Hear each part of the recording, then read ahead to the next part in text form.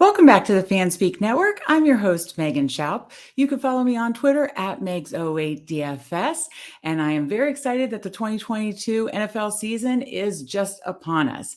But today I want to look at ways I can improve my DFS game and process for 2022. I wrote an article series this summer about this topic. And it was a five-part series after looking at my roto tracker of ways I can improve my DFS process. So today I want to go through all 5 things with you because the last 2 years I have not done as well. And so I think it was time to take a hard look at my process and ways I can improve. Over the long term, I've been playing daily fantasy NFL for 9 years now. And luckily, over the 9 years, I am still to the good for NFL. So that's great news. However, the last 2 years have not been profitable after 6 profitable seasons. So it was time to take an honest look about what may be wrong with my process that I can tweak to be a better player this year. So let's go through all 5.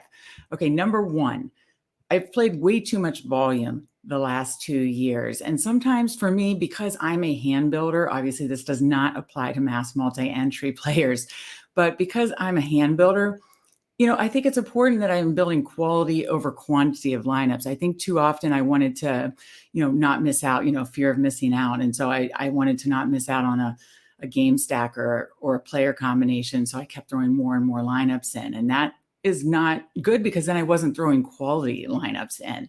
And so I think it's good or what I need to do is set a number for each of the different types of contests, whether it's classic or showdown or tiers or 1 p.m. or 4 p.m., set a number and stick with it and make sure that it's quality over quantity. Okay.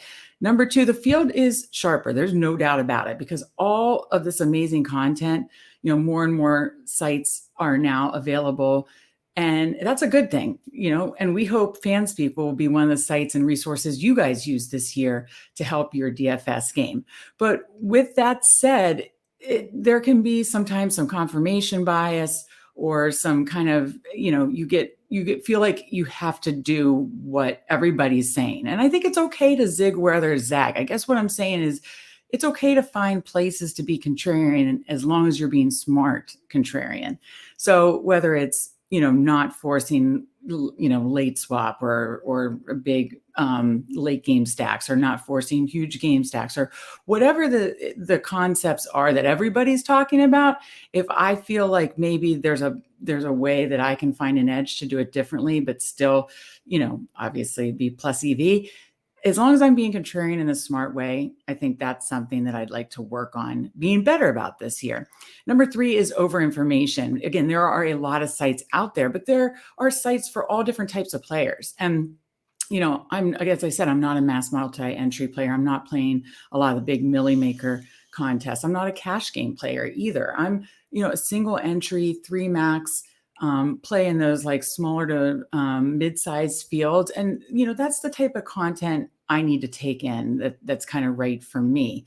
So that way I'm not getting too overwhelmed. So I think it's the amount of it that, I need to watch about, like when I take it in and how much of it, but I also, just choose who I want to listen to that's kind of the same type of player or plays similarly to how I want to play, or the similar types of contests, if that makes sense. So that's going to be something, just watching, the way I take in information and who I take in information from, I think is very key. Again, this is not a knock on content. There is a lot of great content out there, and just find the one that's right for you, I guess is what I'm trying to say. And I'm going to try to do the same.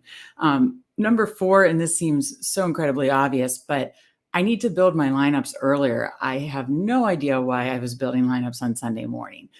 No, you can't build your shell lineups on Monday or Tuesday, but you certainly could build your shell lineups on Friday night or Saturday morning, and then have pivots in place. If this guy's out, I'm going to, go to this guy. If this guy's in, I'm going to pivot to this player.